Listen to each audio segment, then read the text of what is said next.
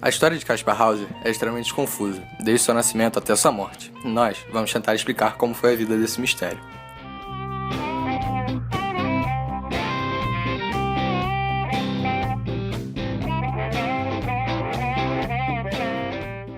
No dia 26 de maio de 1828, um adolescente apareceu nas ruas de Nuremberg, na Alemanha. Ele levava uma carta escrita por ele, endereçada ao capitão da cavalaria, e nela estava escrito: "Desejo ser um cavaleiro, como meu pai foi", e outra carta que dizia que seu nome era Caspar Hauser e que tinha nascido no dia 30 de abril de 1812. Logo descobriram que o garoto só sabia falar: "Cavalo, desejo ser um cavaleiro como meu pai foi, e por que você é tão mal comigo?". Após esforços de professores e padres, Caspar Hauser aprendeu a ler, escrever e falar, podendo assim contar seu passado. Segundo ele, passara toda a vida em uma cela, se alimentando apenas de água e pão. No seu quarto não tinha nada além de um colchão de palha e um cavalo de madeira. Era constantemente drogado para dormir, e quando acordava, estava de banho tomado, roupas novas, cabelos e unhas cortadas. Ele nunca tinha visto a pessoa que o alimentava, até um dia em que ele foi em sua cela e o ensinou a escrever seu nome e a falar as palavras: "Desejo ser um cavaleiro como meu pai foi". Caspar, por nunca ter aprendido ou imaginado que podia, não era capaz de andar, segurar objetos e diferenciar objetos inanimados de objetos com vidas. Logo depois, Caspar foi levado por essa mesma pessoa para um campo, onde aprendeu a andar. Caspar, por não estar acostumado a se mexer, sentia dores no corpo, e o sol cegava e machucava seus olhos. Por repetição, Caspar foi aprendendo algumas palavras e gestos, através do homem que o ensinava a andar. Após dias de treinamento, Caspar foi deixado só, perto de Nuremberg, e é aí que a história realmente começa. Depois de descoberto de ter sido capaz de contar sua história, muitas pessoas se interessaram por Caspar, e assim ele foi adotado por uma família rica. Porém, por não ter vivido em sociedade, não conhecia as suas convenções.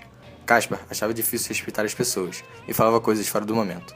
Além disso, ele só comia pão e bebia água, achando enjoativo outros alimentos e bebidas. Diferente do que muitos imaginavam, Caspar não era uma espécie de homem das cavernas ou um menino lobo. Ele adorava ler e descobriu que tinha habilidade para pintar.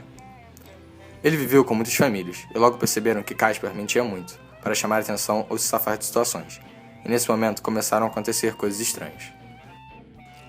Um dia, Caspar chegou na sala de casa com um ferimento de faca no pescoço, dizendo que tinha sido infligido pelo homem que o prendeu por tanto tempo na cela.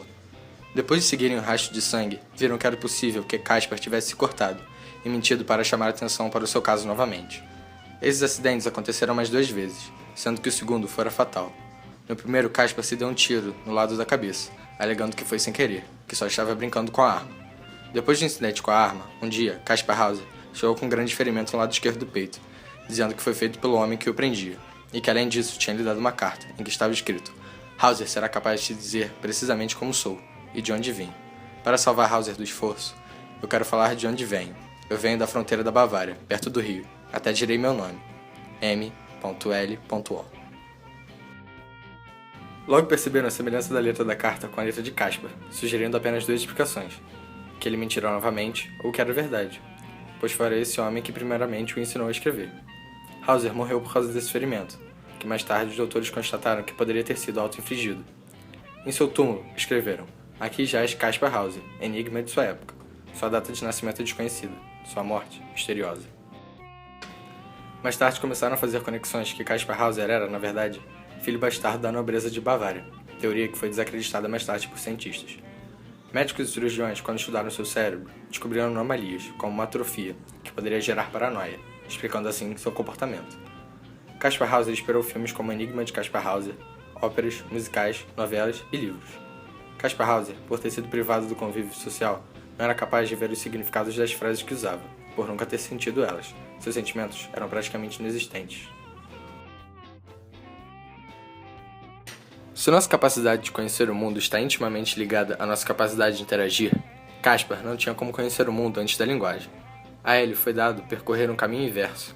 A interação, sempre precária depois do cativeiro, o leva a um processo de conhecer sempre turvo, por se basear em fatos que não pôde experienciar. Porém, o mais importante são as questões que ele deixou.